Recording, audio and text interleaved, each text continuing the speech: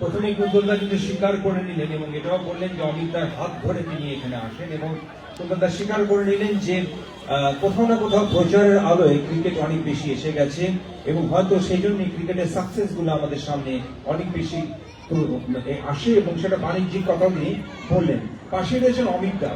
অমিতদা, দাদা বললেন, কুন্তলদা বললেন যে কোথাও না কোথাও অন্য খেলাগুলো পিছিয়ে যাচ্ছে, কিন্তু শিলিগুড়ি কিন্তু প্রথম থেকেই আমরা জানি 1980-তে আমাদের যখন Kapil Dev Prudential world cup জেতে এবং তারপরে আমরা বেনসন হেজেস কাপ জিতি এবং অনেক রকম টুর্নামেন্ট আমরা জিতি, এশিয়া কাপ জিতি, ক্রিকেট কিন্তু তখন থেকে একটা দারুণ প্রচারের আলোয় চলে আসে, বিশেষ করে লিমিটেড ওভার্স ক্রিকেটে। তার আগেও আমাদের টেস্ট প্লেয়াররা খুব নামী ছিলেন, শাহাবুল মিশন, গাওয়াস্কার, কাপিল সবাই রয়েছে, পুরোপুরি তারা ইনভলভ ছিলেন ক্রিকেটের প্রমোশনের ক্ষেত্রে।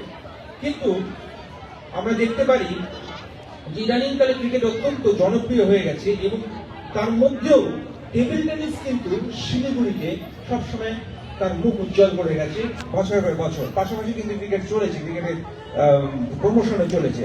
আমি দর্শকদের জানাবো যে তথ্যগত কয়েকটি বিষয়, সেটি হলো আপনারা নিশ্চয়ই জানেন, অবগত থাকবেন বা না থাকলে জানিয়ে দেওয়া উচিত আমাদের, যে south Asian athletics federation safe গেমসে 1995 সালে মালকুল ঘোষ আমাদের শহর থেকে 4টি গোল্ড পেয়েছিলেন এবং ইসলামাবাদে গিয়েও তিনি পরের বছরই পাকিস্তানে গিয়ে খুব ভালো পারফরমেন্স করেছিলেন। এরপর যে 3জন অর্জুন অ্যাওয়ার্ড উইনার শিলিগুড়িতে আছে সেটা সবাই কিন্তু টেবিল টেনিসে, অর্থাৎ মালকুল ঘোষ, সুমিত সাহা, সৌম্যজিৎ ঘোষ। একমাত্র অলিম্পিয়ান শিলিগুড়ি থেকে টেবিল টেনিসে ছিল সুমিত সাহা এবং অঙ্কিতা দাস। শুনলে অবাক হবেন আপনারা, লন্ডন অলিম্পিক্স 2012-তেই শুভজিৎ এবং অঙ্কিতা একমাত্র খেলোয়াড় যারা ভারতকে রিপ্রেজেন্ট করেছে, তারা দুজনেই শিলিগুড়ির ছিল। এবং তারপর সিঙ্গাপুর ইউথ অলিম্পিক্সে 2009-তে অভিক দাস রিপ্রেজেন্ট করেছে। কিন্তু যেটা কুন্তলদা নিজেই বললেন যে পিছিয়ে পড়ছে অন্য খেলা, হয়তো কোথাও ক্রিকেটের থেকে। এতদিন টেবিল টেনিস কাঁধে কাঁধ ধরে লড়াই করেছে ক্রিকেটের সাথে, এখন টেবিল টেনিসের পরিস্থিতি কি সেটা জানবে অমিতদার কাছ থেকে। এই কাঁধে কাঁধে লড়াইটা এখন কি পরিস্থিতিতে রয়েছে? অমিতদা বলছেন যে টেবিল টেনিস কিন্তু একদম হাড্ডাহাড্ডির লড়াইতে রয়েছে ক্রিকেটের সাথে শিলিগুড়ি। আমি সেটাই চাই, সমস্ত খেলারই এখানে উন্নতি হোক। আমাদের সঙ্গে কিন্তু আমার ডান দিকে রয়েছেন দুজন ফুটবলের মানুষ, ইতিমধ্যে তাদের সাথে আমি আপনাকে পরিচয় করিয়েছি। প্রথমে যাবো জয়প্রদার কাছে। জয়প্রদা, দীর্ঘদিন আমরা এই নিয়ে আলোচনা করেছি, ব্যক্তিগতভাবে জয়প্রদার সাথে আমি কমেন্ট্রি করেছি, জয়প্রদার সঙ্গে তখন আমরা নিয়ে আলোচনা করেছি যে কাঞ্চনজঙ্ঘা ক্রীড়াঙ্গনে যখন আমরা বসেই আলোচনা করছি তখন বলা বাহুল্য এই প্রসঙ্গটা চলেই আসে যে এটি একটি মূলত ফুটবল স্টেডিয়াম ছিল, নেহরু গোল্ড কাপের সময় তৈরি হয়েছিল তিলক ময়দান থেকে, সকলে আমরা ইতিহাসে জানি। কিন্তু তারপরে কোনো একটা সময় 2000 সালের গোড়ার দিকে রঞ্জি, দিলীপ ট্রফি এবং সেলিব্রিটি ক্রিকেট লিগ এইসব ধরনের খেলা শুরু হয়। মানে একসময় যখন ড্যানিয়েল ক্লাব খেলে গেছে শিলিগুড়িতে এশিয়ান ক্লাব চ্যাম্পিয়নশিপসে, তার কয়েক বছর পরে আমরা আবার দেখছি 98-এর কয়েক বছর পর, 3-4 বছর পরেই যে রঞ্জি ট্রফি, দিলীপ ট্রফি গুলো খেলা হচ্ছে এবং আবার কিন্তু ফেড কাপ ফিরে আসছে, ফেডারেশন কাপ ফিরে আসছে, সন্তোষ ট্রফি ফিরে আসছে। তো এই যে একটা দুবিধা যে 2016 স্যাফ উইমেন্স চ্যাম্পিয়নশিপ হয়েছে, এই যে দুবিধা যে শিলিগুড়ির এই একটি স্টেডিয়াম প্রসঙ্গে পরে আসছে যে আরো একটি টুর্নামেন্ট স্টেডিয়াম হওয়া উচিত কিনা, এর থেকে ফুটবলের ক্ষেত্রে ফুটবলকে সামগ্রিকভাবে, কারণ ফুটবলও শিলিগুড়ির বেশ নাম ছিল, ভালো ভালো খেলোয়াড় বেরিয়েছে, বাংলার এবং বাঙালি প্রাণের খেলা এবং শিলিগুড়ি প্রাণের খেলা, সেটা কি কোথাও রেসে পিছিয়ে পড়ছে মনে হচ্ছে? নমস্কার। দেখুন, আমরা সকলেই জানি এই কাঞ্চনজঙ্ঘা স্টেডিয়াম যখন তৈরি হয়েছিল, যেটা প্রথম লক্ষ্য ছিল ফুটবল স্টেডিয়াম। তো পরবর্তীতে যেহেতু আমাদের শিলিগুড়ির একদম শহরের মাঝখানে, যেখানে যাতায়াত এবং অন্য সমস্ত সুযোগ সুবিধে এই মাঝখানে হলে পরে সুবিধে হয়, তাই পরবর্তীতে ক্রিকেট খেলাটাও এই মাঠে অনুষ্ঠিত হয়েছে। এবং খালি ক্রিকেট নয়, অ্যাথলেটিক্সও আমাদের সাথে সাথে এই মাঠে চলেছে। তো যদি টেকনিক্যালি বলতে পারি তাহলে আমি কারোর সাথে হিংসা করছি না। ফুটবল মাঠে ফুটবলই হতে হয়, কারণ তার যে গ্রাউন্ডের যে টার্ফ থাকে সেটা অন্য কোনো খেলা খেলতে গেলে যেভাবে তাকে তৈরি করতে হয় তাতে অনেকটাই তফাৎ হয়ে পড়ে। তো এই তফাতের জন্য আলাদা আলাদা মাঠ হলে সকলের জন্যই সেটা ভালো এবং সেটা মেনটেন করতেও অনেক সুবিধা হয়।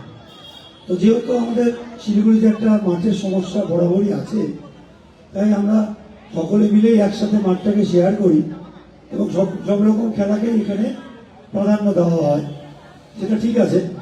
কিন্তু এই মাঠে ফুটবল থেকে ক্রিকেট হচ্ছে বলে ফুটবলটা পিছিয়ে পড়েছে বা ফুটবল তার জায়গা থেকে সরে গেছে তা নয়।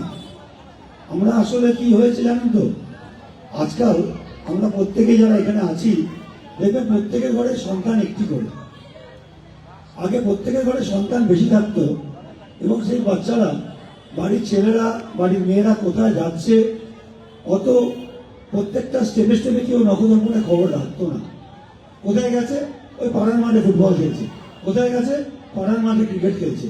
সেখান থেকে কিন্তু প্রতিভা বেরিয়ে এসে, এই প্রতিভা যে বেরিয়ে আসতো সেখান থেকে কিছু আমাদের এখানে কিছু লোক ছিল, একজনের নাম বলতেই হয়, পানুদার কথা।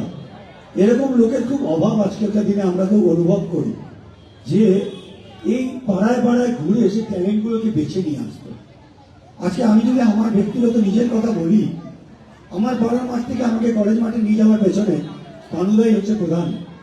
আমাকে পাড়ার মাঠে দেখেছে, পাড়ার মাঠে খেলতে দেখে পানুদা আমাকে কলেজ মাঠে নিয়ে গিয়ে প্র্যাকটিসের ব্যবস্থা করে দিয়েছে। পরবর্তীতে আমি আমার প্র্যাকটিসের জায়গা পেয়ে আস্তে আস্তে খেলে এগিয়ে গেছি। এই ধরনের লোকের খুব অভাব আজকালকার দিনে দেখা যাচ্ছে। আর দ্বিতীয়ত, ফুটবল সবসময় একটি বডি কন্ট্যাক্ট গেম, যেখানে চোট আঘাতের সম্ভাবনা থাকে। তো আজকালকার যেহেতু প্রত্যেকের ঘরে সন্তানের সংখ্যা কমে গেছে, তো মা বাবারা একটু ছেলে মেয়েদেরকে নিজেদের কাছে আগলিয়ে রেখে তাদেরকে খেলার মাঠে পাঠাতে একটু চিন্তা বেশি করে, এবং যদি পাঠায়ও তারা প্রাধান্য দেয় কিছু ইন্ডিভিজুয়াল ইভেন্টে, যেগুলোকে তারা নিজেরা মনিটরিং করতে পারে, সঙ্গে নিয়ে যেতে পারে, সঙ্গে নিয়ে আসতে পারে। তো এই কারণেই ফুটবলের যে উন্মাদনা বা ফুটবলের যে পার্টিসিপেশনের সংখ্যা অনেকটাই আগের থেকে কমেছে।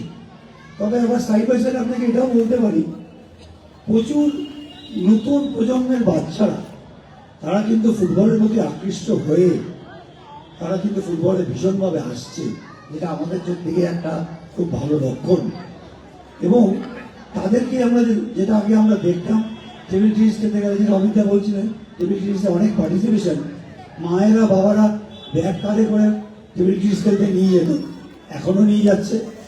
ক্রিকেট খেলতে নিয়ে যেত, এখনো নিয়ে যাচ্ছে।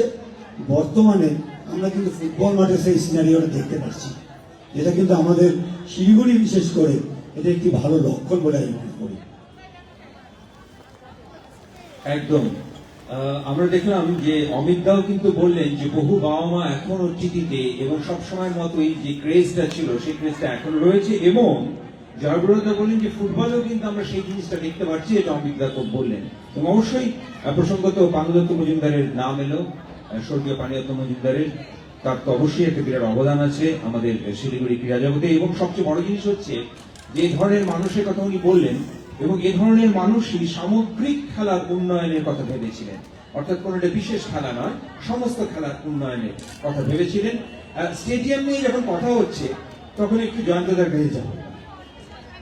জয়ন্তদা, তোমার মনে আছে একটা সময় ছিল 2000 থেকে 2008 সালে, যখন প্রচুর ডোমেস্টিক ক্রিকেট ম্যাচেস, আমি একটু আগে বললাম, কাঞ্চনজঙ্ঘা ক্রীড়াঙ্গনে হচ্ছিল, এবং সে সময়টা যখন প্রচুর বাইরের খেলোয়াড় আসতো এবং তাদের সঙ্গে আমাদের কথা হতো, তারা অনেকেই আমার বৃত্তি হতে মনে আছে সাংবাদিকতার ক্ষেত্রে, তোমার মনে আছে করসন ঘাবি হোক বা সৈয়দ কিরমানি হোক বা দিলীপ ভেনসারকার বলেছিলেন যে Siliguri can easily be made into a venue, international venue, at least for one day international. তখন টি-20 অতটা পপুলার হয়নি, এবং তারা কয়েকটা বিষয় বলেছিলেন যেখান থেকে নাইট ফ্লাইট এবং 3 to 5 স্টার হোটেল যদি এখানে থাকে তাহলে ইন্টারন্যাশনাল ভেন্যু আরো সহজ। এগুলো সবই তো মোটামুটি হয়েছে। কি মনে হচ্ছে শিলিগুড়ি একটা ভেন্যু হতে পারে? কারণ ওয়েস্ট ইন্ডিজে তুমি নিজেও জানো প্রচুর এমন জায়গা আছে ছোট ছোট যেখানকার স্টেডিয়াম আমাদের এখানকার স্টেডিয়ামের থেকে তাদের ইনফ্রাস্ট্রাকচারের মান এখন তো হাসছেন, এগ্রি করবেন, অনেকটাই নিম্ন, কিন্তু সেখানে খেলা হয়। তাহলে আমাদের এখানে নয় কেন? এবং পূর্ণাঙ্গ স্টেডিয়াম বা হবে না সেখানে পরে আসছে তোমার কাছে। তুমি বলো আমাদেরকে যে এখানে এই ভেন্যু হওয়া উচিত কি না, এবং কি ভাবছো তুমি ভেন্যুর ব্যাপারে? জয়ন্তদা বললেন এবং সামগ্রিক বিষয়টাকে তুলে ধরলেন একদম সঠিকভাবে, অনেস্টলি। আমরা ক্রিকেট নিয়ে আলোচনা করলাম, আমরা ফুটবল নিয়ে আলোচনা করেছি, আমরা টেবিল টেনিস নিয়ে আলোচনা করলাম, এবং অবশ্যই আমাদের সাথে যিনি রয়েছেন আমার ডান দিকে তিনি দিল্লিতে আমরা বললাম এফসি, সে দিল্লি এফসি মিনার্ভা একাডেমি ছিলেন, ম্যানেজমেন্ট করেছেন, স্পোর্টস ম্যানেজমেন্ট প্রফেশনাল ছিলেন। স্পোর্টস ম্যানেজমেন্ট কিন্তু একটা অত্যন্ত গুরুত্বপূর্ণ বিষয়, এবং স্পোর্টস মেডিসিন একটা অত্যন্ত গুরুত্বপূর্ণ বিষয় হয়ে উঠে এসছে কিছু বছর ধরে, বেশ কিছু বছর ধরে। আপনি তো ক্লোজলি অবশ্যই শিলিগুড়ি ফুটবলকে দেখেছেন, যা আলোচনা হচ্ছে সেখানে একদম সরাসরি আপনার প্রশ্ন করবো, দিল্লি এফসি ক্লাবকে আপনি দেখেছেন। দিল্লিতে কিন্তু ফুটবল তার খুব একটা জনপ্রিয় নয়, কিন্তু বেঙ্গলে ফুটবল অনেক বেশি জনপ্রিয়। কিন্তু ওখানে আস্তে আস্তে বাইরের টিমগুলো উঠে আসছে। গোয়া থেকে তো প্রচুর টিম উঠে আসতেই আছে, সালমঙ্গার, টেম্পো সব রয়েছে। এছাড়াও সাউথ ইন্ডিয়াতে পাঞ্জাব এবং দিল্লিতে ফুটবলের কিন্তু অ্যাচিভমেন্ট অনেক বেশি হয়েছে, তারপরে তাদের পারফরমেন্স অনেক বেশি হচ্ছে। আপনি কিভাবে দেখেন শিলিগুড়ি, আপনার কি মনে হয় দিল্লি থেকে এই টেকনিক্যাল ব্যাপারে কোথায় পিছিয়ে আছে কিনা, থাকলে কি করা উচিত? আর আপনি বলছেন আমরা স্কাউটিং অফ ট্যালেন্টসটা অনেক বেশি হয়, এখানে আমাদের কোনো হয় না। আরো একটি দিক বললেন আপনি, ফিজিও এন্ড সাইকো দিকটাকে ইমপ্রুভ করা হয়, অর্থাৎ টেম্পারামেন্টালি ইমপ্রুভ করা হয় একটা ক্রিকেটের, তার মাইন্ডসেটটাকে, তার মেন্টাল মেকআপটাকে ফুটবলের ইমপ্রুভ করা হয়। সুযোগে গিয়ে সেখানে কিন্তু ট্রফি পেয়েছে। তো এইটা কিভাবে আমাদের এখানে ইমপ্রুভ হতে পারে? সেটা কি বিদেশি কোচের মাধ্যমে হতে পারে, নাকি আমাদের এখানকার যারা রয়েছেন, জয়প্রদার মতো রয়েছেন, টপ ক্লাস কোচ আমরা পাচ্ছি এখানে, তাদের দ্বারা দেশীয় কোচের দ্বারা হতে পারে? এটা কিন্তু সবসময় বিতর্কের কেন্দ্র থেকে, যে বিশেষ করে ফুটবলের ক্ষেত্রে কলকাতার মাঠে আমি জিমনেশিয়ামের কথা বলছি। Gymnasium and free hand exercise আর ডিফারেন্ট থিংস। জয়প্রদা তুমি কি বলবে এই বিষয়ে? ইনভেস্টর এবং ইনফ্রাস্ট্রাকচার প্রশ্নগুলো কিন্তু কুন্তলদা অবশ্যই তোমার কাছে আসতে হচ্ছে। সেটা হচ্ছে যে একটা দাবিও রেখেছে জয়ন্তদা, যে এসএমকেপি ক্রিকেট গ্রাউন্ড এমন একটা দিক যেরকম নাকি হতে পারে যে সারা বছর সেখানে খেলাধুলো যারা করবে, অ্যাসপায়ারিং ক্রিকেটার যারা, তারা সেখানে খেলতে পারবে, উন্মুক্ত হবে। যেরকম শিবাজি গ্রাউন্ড আছে মুম্বাইতে, প্রচুর টিম সেখানে প্র্যাকটিস করে। প্রচুর টিম না করলেও এক দুটো টিম অ্যাটলিস্ট, বা একটা টিমই দুটো টিম তারা এখানে প্র্যাকটিস করবো, দুটো টিমে প্র্যাকটিস করবো। কি মনে হয়? এবং ওখান থেকে কিন্তু জয়প্রদারটা এবং আমাদের মানবদাও কিন্তু একই কথা বলে উঠলেন, যে ওখানকার স্কাউটিং অফ ট্যালেন্ট এবং ওখানকার ইনফ্রাস্ট্রাকচার আমাদের এখান থেকে অনেক বেটার। পামহাউসে ফুটবল গ্রাউন্ড রয়েছে, কি বলবে তুমি এই বিষয়ে? একদম একদম মেনে নিচ্ছি, আমি মেনে নিচ্ছি, পয়েন্ট টেকেন, যেটা হিল লক এবং ফরেস্ট লক এবং ডিফেন্স ইনস্টলেশন লক সিটি আপনি যেমন বললেন সকলকে। এবার বিষয়টা হচ্ছে, তাহলে কি ইদানিং কালে যে একটি পূর্ণাঙ্গ ক্রিকেট স্টেডিয়ামের দাবিতে মুখর হয়েছে শিলিগুড়ি, সেটা কি আমরা বাবু, আমি জাতীয় দিকে তাকাচ্ছি, সেটা জেনএক্স কে কিভাবে ব্যবহার করতে পারবো, এবং এই জেনএক্স নিয়েই আমরা সকলের কাছে শেষে যাব, আস্তে আস্তে সময় শেষ হয়ে আসছে। প্রথমেই যাব আমি জয়ন্তদার কাছে। জয়ন্তদা, জেনএক্স এর কথা বলবো, এখানে অনেকে কিন্তু জেনএক্স এর বাবা মা রয়েছেন এবং হয়তো জেনএক্স এর খেলোয়াড়রাও রয়েছে। আগামী দিনে শুধু ক্রিকেট নিয়ে বলবে তুমি, ক্রিকেটের সম্ভাবনা কেমন দেখছো শিলিগুড়িতে, এবং আরো কত খেলোয়াড় উঠে আসতে পারে? কারণ তুমি একদম ওতপ্রোতভাবে যুক্ত কোচিং এর সাথে, কি মনে হচ্ছে তোমার? একদমই ক্রিকেটের সম্বন্ধে বললেন জয়ন্তদা, তুমি কি বলবে? তোমার কি মতামত? যেসব খুদেরা রয়েছে খেলা খেলছে, তারা ফুটবলে যেতে চায়, বা বাবা মারা তাদের বাচ্চাকে ফুটবলে পাঠাতে চাইছে না, বা যারা চাইছে, ফর বোথ অফ দেম তোমার অ্যাডভাইস কি? সাপোর্ট এবং ইনফ্রাস্ট্রাকচারের কথা হলো, আস্তে আস্তে আমাদের সময় ফুরিয়ে আসছে। অমিতদার কাছে আমি ছোট্ট করে যাবো, টেবিল টেনিসটা আপনি কেমন দেখছেন শিলিগুড়িতে, এবং আগামীতে টেবিল টেনিস আপনি বললেন প্রচুর তারকা উঠে আসছে, টেবিল টেনিসের পরিকাঠামোগত উন্নয়ন যদি দরকার হয় সেটা সংক্ষেপে বলবেন একদম, আমাদের সময় ফুরিয়ে আসছে। শুরু করেছিলাম আমরা উজ্জ্বল তারকার কথা নিয়ে, শেষ করলেন কুন্তলদা 20 গুলোকে ফুটিয়ে ফুল করবার স্বপ্ন নিয়ে। খুব সুন্দর একটি আলোচনা আপনারা তখন দেখছিলেন। আলোচনার বিষয় ছিল রিচার্জি শহরে খেলাধুলা কোন পথে। আমরা আলোচনার শেষে চলে এসেছি, প্রচুর জিনিস উঠে এলো। সংক্ষেপে যদি আমরা বলতে যাই তাহলে বলতে হবে যে বহুত হ্যাঁ থোড়ে কি জরুরত হ্যায়। অনেক আছে, অনেক প্রতিভা আছে, পরিকাঠামো ভালো আছে, উন্নয়ন ঘটছে, আগামী দিন আরো সুন্দর হবে এবং প্রতিটা খেলাই কিন্তু একে অপরের পরিপূরক, সেই জিনিসটা উঠে এলো। তো যারা এখানে রয়েছেন কচি কাচাদের বাবা মা, অভিভাবক, তারাও এটা মাথায় রাখবেন এবং ভবিষ্যৎ শিলিগুড়ি ক্রীড়া জগতের ভবিষ্যৎ অত্যন্ত উজ্জ্বল। সেই স্বপ্ন নিয়ে, সেই বিশ্বাস নিয়ে সকলকে ধন্যবাদ জানিয়ে আমি আপনাদের সঞ্চালক পরাগ বিশ্বাস আজকের এই প্যানেল ডিসকাশন এখানেই শেষ করছি। ধন্যবাদ, শুভরাত্রি।